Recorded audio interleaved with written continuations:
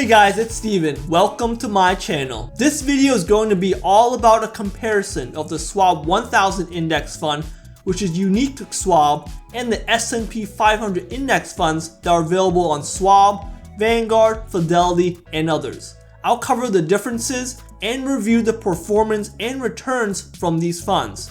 I'm going to break it down for you so you can make the best choice for your index fund investing. If that's the type of content you like, go ahead and like and subscribe. Let's not waste any time and get right into it. As one of the juggernauts for investing, in 1991, Charles Schwab launched the Schwab 1000 Index in a bid to capture as accurately and consistently as possible the long-term growth of America's large and mid-cap companies. You're essentially getting a blend of large-cap and mid-cap US companies. The Schwab 1000 Index SNXFX with an expense ratio of 0.05% and no investment minimum provides investors with a broad objective measurement for the value of companies driving the US economy. It's also available as an ETF SCHK with an expense ratio of 0.05%. By its very name, the Schwab 1000 tracks twice as many companies as the S&P 500 index. Why is that important? Well, for several reasons. While the S&P 500 merely samples the US large cap universe, the Schwab 1000 index is designed to represent the largest 1,000 US common equity stocks by market cap. By including twice as many companies, the Schwab 1000 Index provides exposure not just to the larger companies of today, but also to many promising companies of tomorrow. The mid-cap opportunity. The mid-sized companies in the Schwab 1000 might well include a rising technology company, a fast-growing consumer product maker, or a rapidly expanding retailer. In essence, the broader exposure can potentially capture growth earlier before these entities mature into the leading corporations of tomorrow. An example could be Tesla, which got added to the Schwab 1000 index long before it got added to the S&P 500 index. While the Schwab 1000 index provides ample exposure to potentially fast-growing stocks, it doesn't overextend its portfolio by extending into the small cap space. There are indexes that track 2,000 or even 5,000 stocks, digging deep into the shares of companies that may or may not be around a few years down the road.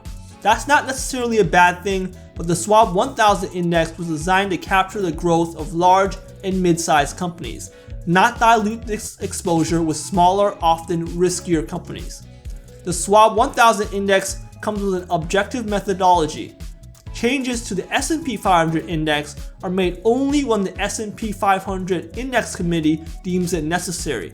There's no scheduled annual reconstitution or fixed guidelines for inclusion, so they can add or subtract a company at any time that meets their sampling criteria.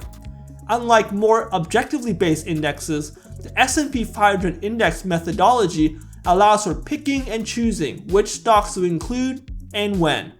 There's an element of subjectivity to being added to the S&P 500 index. The Schwab 1000 index, in contrast, is very consistent and objective. First, the index comprises of the top 1,000 stocks, based solely on market capitalization.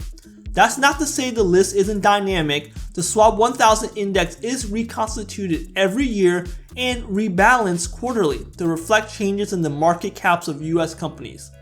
As market caps fluctuate, reconstitution and rebalancing allow the makeup of the index to change as well.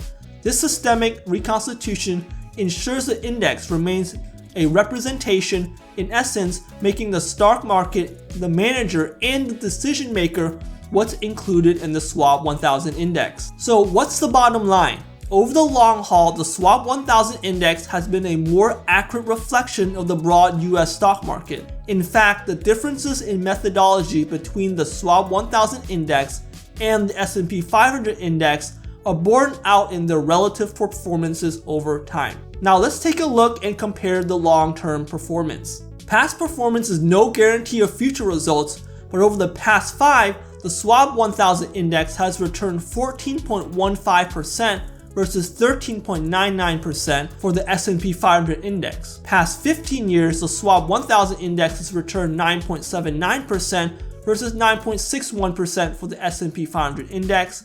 and past 25 years, Schwab 1000 Index has returned 9.69% versus 9.48%. The performance for the Schwab 1000 Index has been by the slimmest of slim margins, higher than the S&P 500 Index.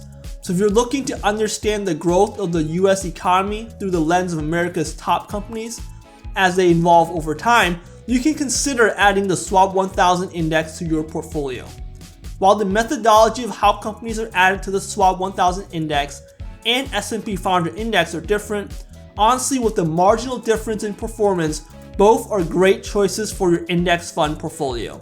Let me know what you guys think and comment down below what your favorite index fund is.